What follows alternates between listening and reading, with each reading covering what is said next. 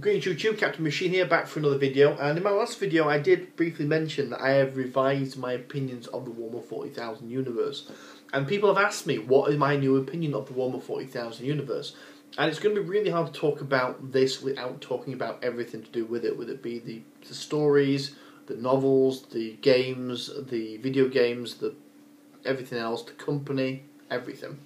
So, let's get started. I've only got 10 minutes and I want to make this quick. So, basically, first things first, I love the universe thematically in terms of the storytelling. I love the factions, I love the background, I love the lore, I love it all. In fact, the fact is they're going into the history of it and talking about how the Horus Heresy basically kicked the whole thing off, and how we're even getting glimpses and samples of the universe before the Heresy as well.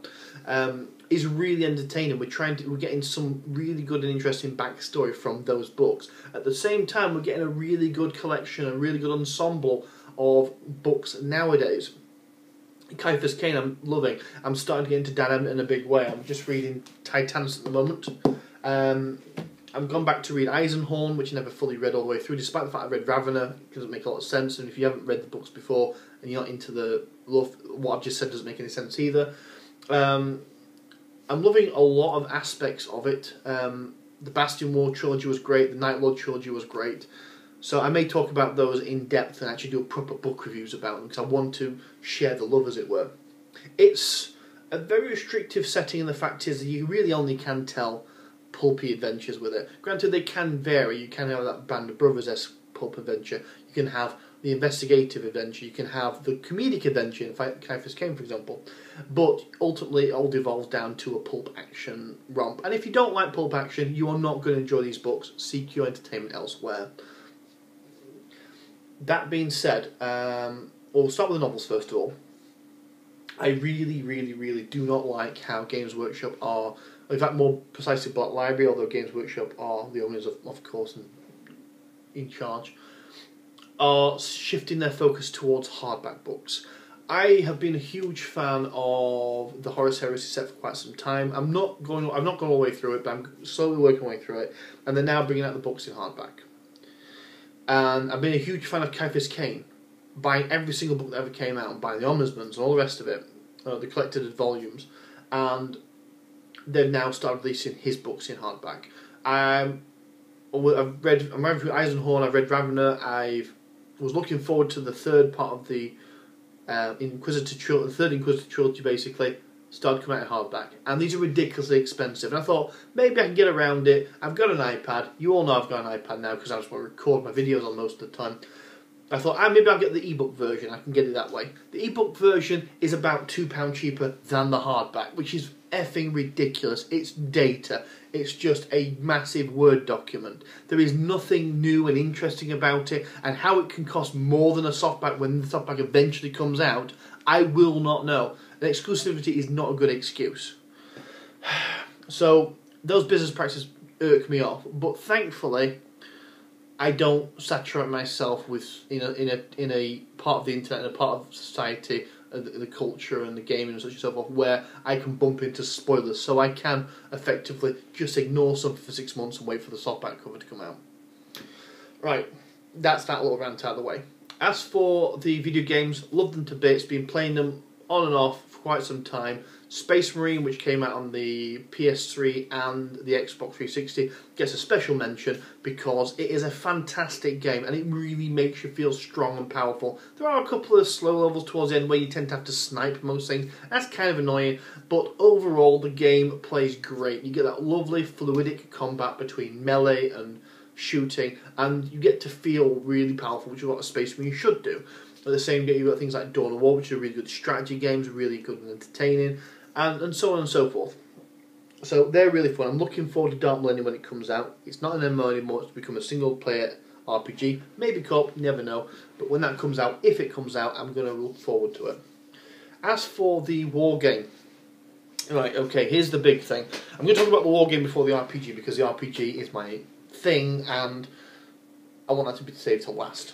So, with regards to the war game, I like the new 6th edition. I really do like it. I think how combat is works in it is very fluid, very dynamic. You can tell lots of interesting stories just by how the models interact with each other, how wounds are inflicted on units, how casualties become, how challenges are thrown out and counter challenges are thrown, how psychic powers bound around the board and such and so forth. I love the fact is that mech is not everything anymore. You can still take out vehicles effectively by the death of 1,000 tiny cuts, rather than having just to blow them up. And I'm really liking all of that. What I don't like, and what really irks me at the moment, is flyers. Now, I get where they're going with flyers. They want to introduce a combined forces element into it. And most armies have flyers out. Even my trusted orcs have flyers, and really good ones too. But unless you want to focus your army, I'm going to be talking about competitive play here, so if you're not a competitive player, I'm really sorry. If you want to focus your army towards winning, you have to be able to deal with flyers. And if the only accurate way to deal with flyers is to have flyers, you kind of lose the options you have available to you. And granted, while the new codexes that are coming out for 6th edition have options of how to get rid of flyers in terms of weapon systems and turrets and guns, or the rest of it that can take out flyers better than the average guy with, say, a rocket launcher, the older codexes aren't getting that update, and it's a shame because you could easily FAQ stuff and say, look, this unit for 15 points can have the Skyfire roll, which means it can shoot down flyers, and you radically change a lot of codexes, a lot of units. Like, for example, flash gits. Nobody takes flash gits, but if you made flash gits have a 15-point upgrade where they could get the Skyfire roll, suddenly become interesting again. Suddenly people start taking them again, and you can change the dynamics of how the game plays, and that's the sort of stuff that you really should be doing. You should not be setting stuff in stone. You should be allowed to tweak and play and adjust these rules, and they're not doing it. They're not giving themselves the chance to do that. It's basically the idea is that the codexes are like holy tomes and they cannot be changed, but they've already started to go against that with the codex updates.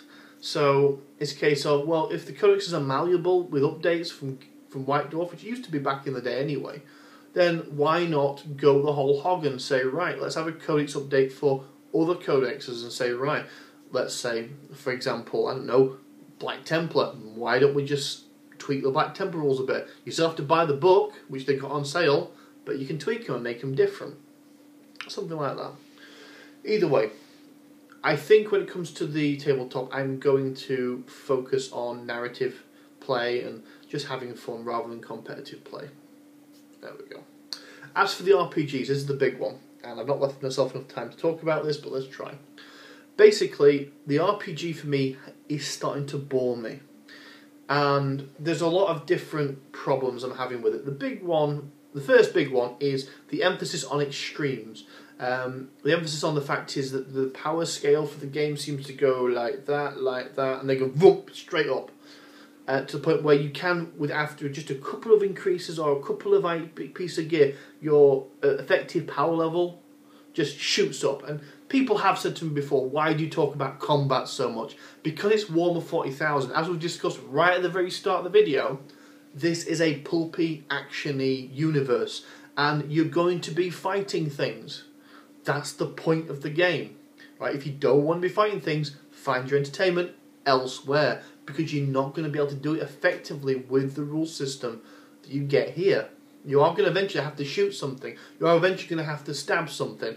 And you need rules that feel good, that work well, and most importantly, don't go over the top. Because it's so easy to get your hands on gear levels to the point where the major bad guys have to become ridiculously powerful just to survive the first round of combat and don't be this huge anticlimactic battle. The amount of times I've seen even the official stuff end with almost party-wiping outcomes.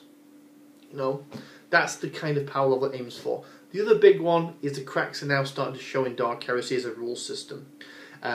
We now have 5 books in the set, and the last 2, Only War and Black Crusade, are actually really good rule systems. And effectively, in my opinion, they are testbed in 2nd edition for Dark Heresy. Why Dark Heresy 2nd edition doesn't exist yet, I don't know. Because you can see what they've done is they've grafted Warhammer Fantasy roleplay to the new RPG they wanted to create.